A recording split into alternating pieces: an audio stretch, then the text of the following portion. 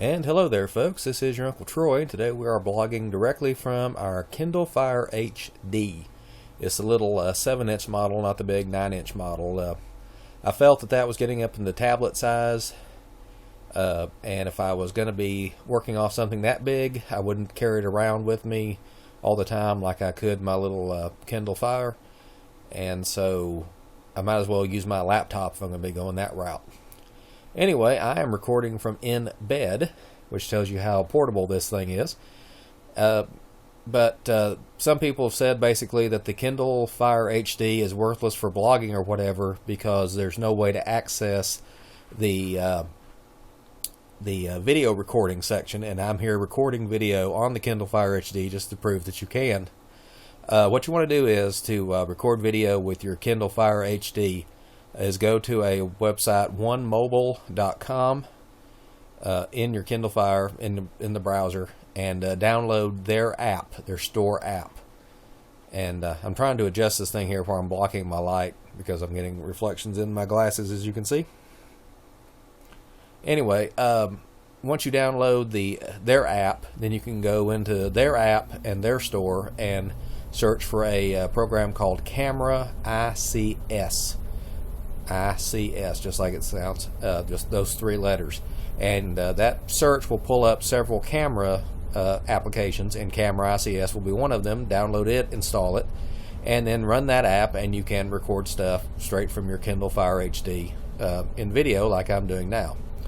And I want to just one app, onemobile.com, in your Kindle Fire HD. Download their app, search in that app for Camera ICS. That's all you have to do.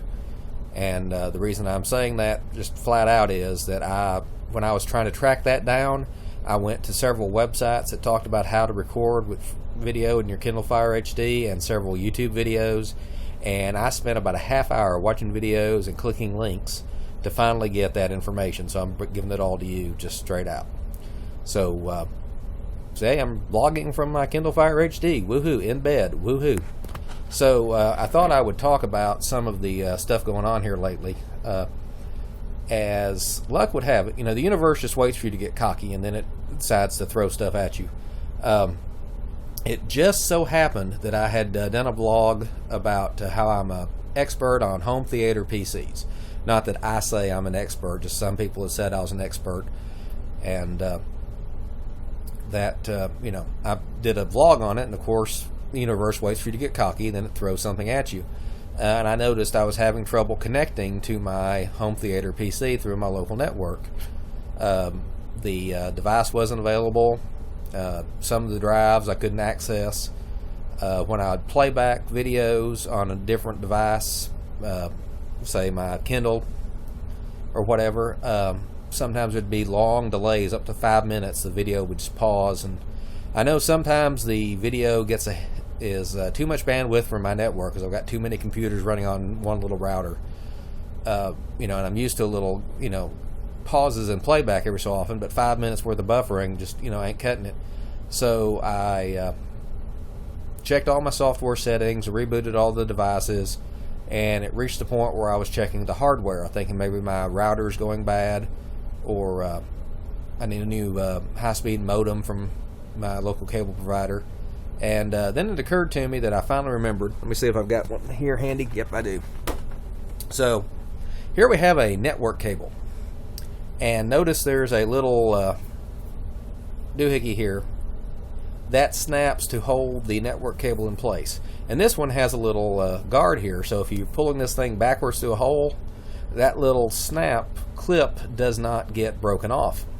Well, I had a cable that I used to connect my home theater PC to my router that had been pulled backwards and had been broke off.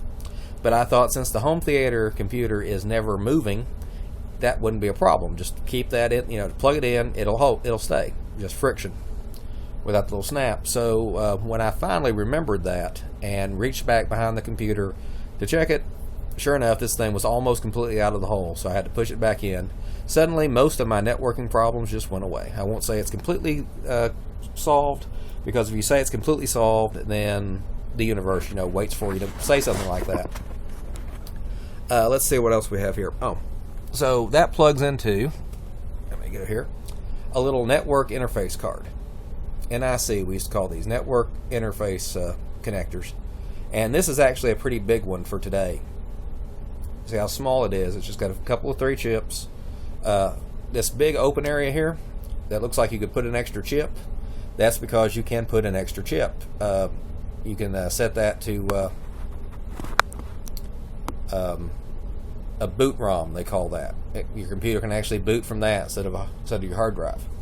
Anyway, so this is a big one for today. A network. Most of them are just built into the motherboard. But while I was digging around for the cable and for that little one, I found my first network card. Actually, it wasn't my first. My first one was something like this, back when these were state of the art. But I had trouble with that when it would not connect to some things. So the people down at the local computer store gave me this, and I don't think I've ever shown this on the air before. But this has, let me get up here, has your standard network connections, a big RS-232 type connection, and a BNC connector. And you can see there's all sorts of chips and all sorts of counters, and that empty one there that you could use for your boot ROM.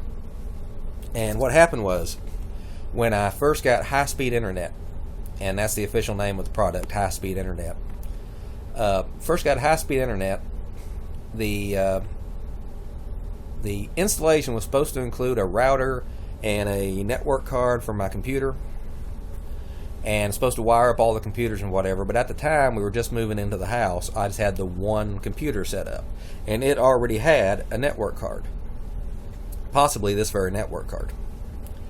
So instead of installing a router, installing wires, installing a new network card, all the guy did, the technician did, was plug in the cable into my existing network card, load up Internet Explorer, showed him that I could get to Google, and said, you're installed, and left.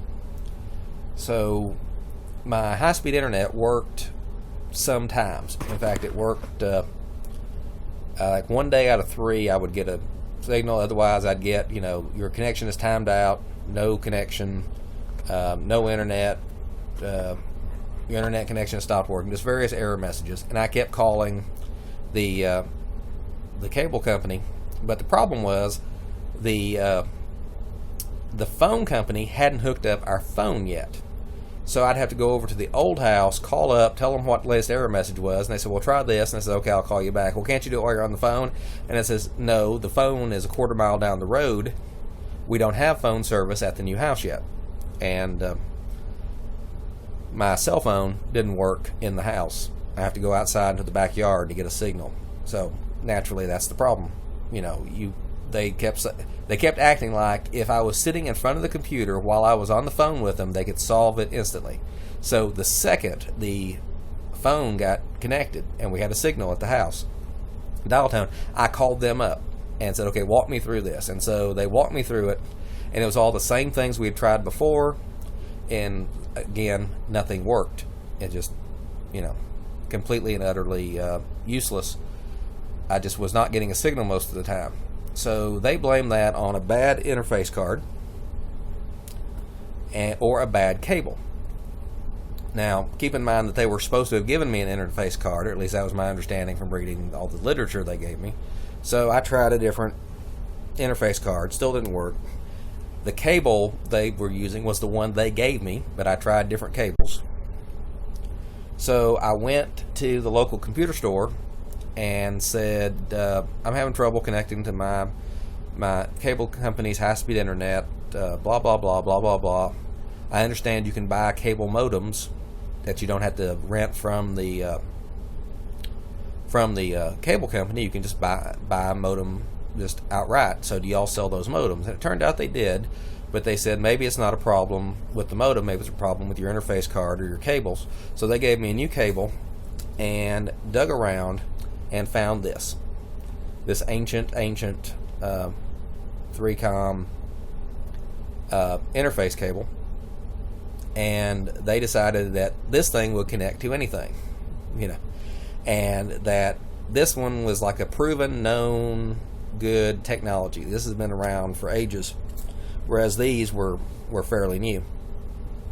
And yes, I'm touching these things without grounding myself or whatever, because I'll probably never use these again. So they gave me this. I took it home, plugged it into the wires, and it worked. And I never had that particular problem with that cable internet service ever again. So old stuff is better, people. Old stuff is better. But so, I just reminded of that when I was, going around looking for another cable. And this is actually a crossover cable. I remember I bought orange crossover cables. This is for directly connecting one computer to another through your network cards, so I can't use it to replace the one that's messed up.